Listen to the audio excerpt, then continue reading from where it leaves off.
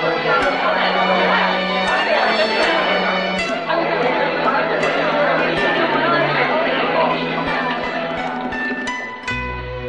there. Long time no see. How you doing? How you doing? It's good to see you again. Very good, thank you. How's everything been? Very good. You don't mind if I video you a little bit, do you? No, not at all. You did very well at the I Caucus. Thank you. Thank you. It was, it's always a little... Dr. Joseph. Yes, that's right. Right now, it's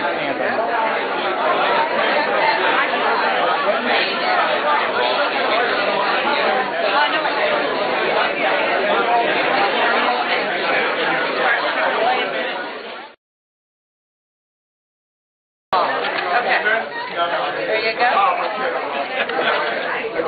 Oh boy, is that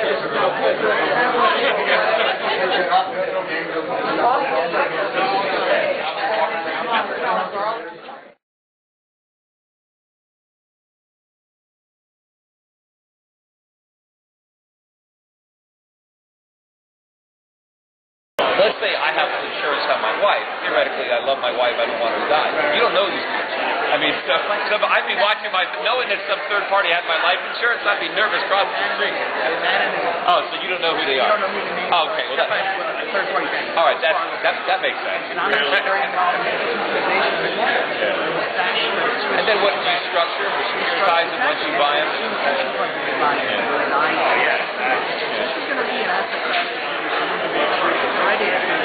Yeah, well, I think as long as there's anonymity, I think that kind of takes away that, you know. I actually convinced my own employer to get a show to create an electronic exchange on it. So I'm doing a lot to create a lot of this.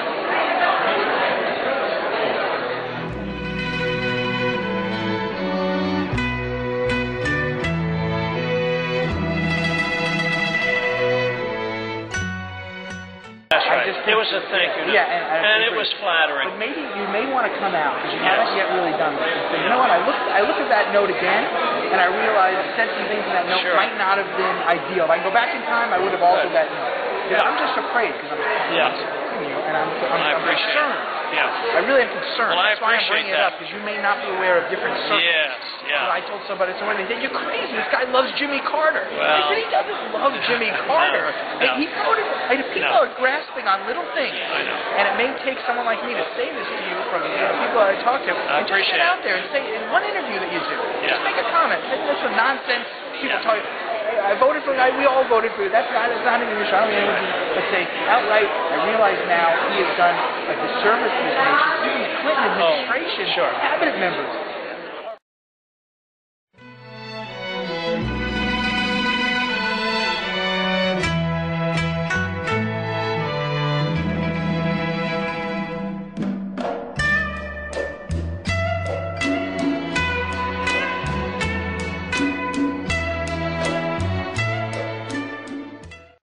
Bedford Elementary School.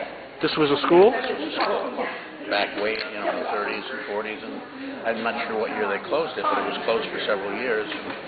Some of us met with a committee on the RTM and decided to support making it a town hall. We had a vote on the RTM meeting appropriating money to do it, not just to study it, but to do it, and they did it. And there's a plaque in the hallway you can see with some of the people that were involved, including the late John Panico, who was a terrific guy. And it became a town hall, in a year. I'm familiar from other towns as well, and kind of get to the core of why we're all here. But before we do, I'd like to have everyone stand and say the Pledge of Allegiance. I pledge allegiance to the flag of the United States of America, to the republic for which it stands, one nation, under God, indivisible, with liberty and justice for all. Visiting from other towns, I met some people from Fairfield and Canyon, a whole row here from Weston, as well as some other parts of Connecticut. And we're very privileged tonight to have three of some great Republicans interested in representing us in the United States Senate. But before I talk about that, obviously what's on many of our minds is what's going on in Massachusetts, and I would like to ask if anyone has a BlackBerry or similar. Find out. 8 o'clock, if you have that automatic ringer, I think we're all interested in learning what's going on there. You know, kind of reflecting a little bit about the Massachusetts race, and many people are saying that that's about health care. And certainly, Scott Brown is talking a lot about health care. And, you know, is it a referendum on health care? And to a certain extent, the Obama administration. And I would say to you, I believe it's much, much more than that.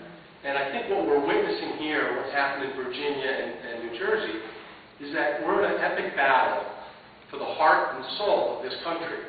And I think that hopefully we will win tonight in Massachusetts. If we don't, I think what's happened, though, is that clearly a message is being sent. And I'm as excited today as I'm going to be in November, because I hope we get that kind of enthusiasm behind the final candidate that we have, whether it's Linda, Peter, or Rob. So in terms of the format, let me just explain to you how we're going to handle tonight. Out of respect and coordination for the 3 different campaigns, basically each campaign has 30 minutes. And the way I like to structure it, and what I had the campaigns agree to, is that they would have 15 minutes to basically give their presentation of who they are and what they stand for, and then we would have 15 minutes of Q&A. Okay, so we have them all coming in sequence. This is not a debate. We have a little bit of break time, just if people have to go to the restroom or something, grab another cup of coffee.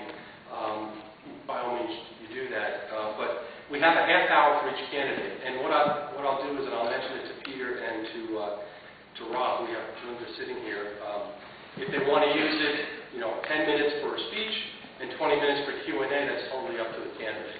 Okay, so I would ask that you, I think we're all friendly Republicans in here.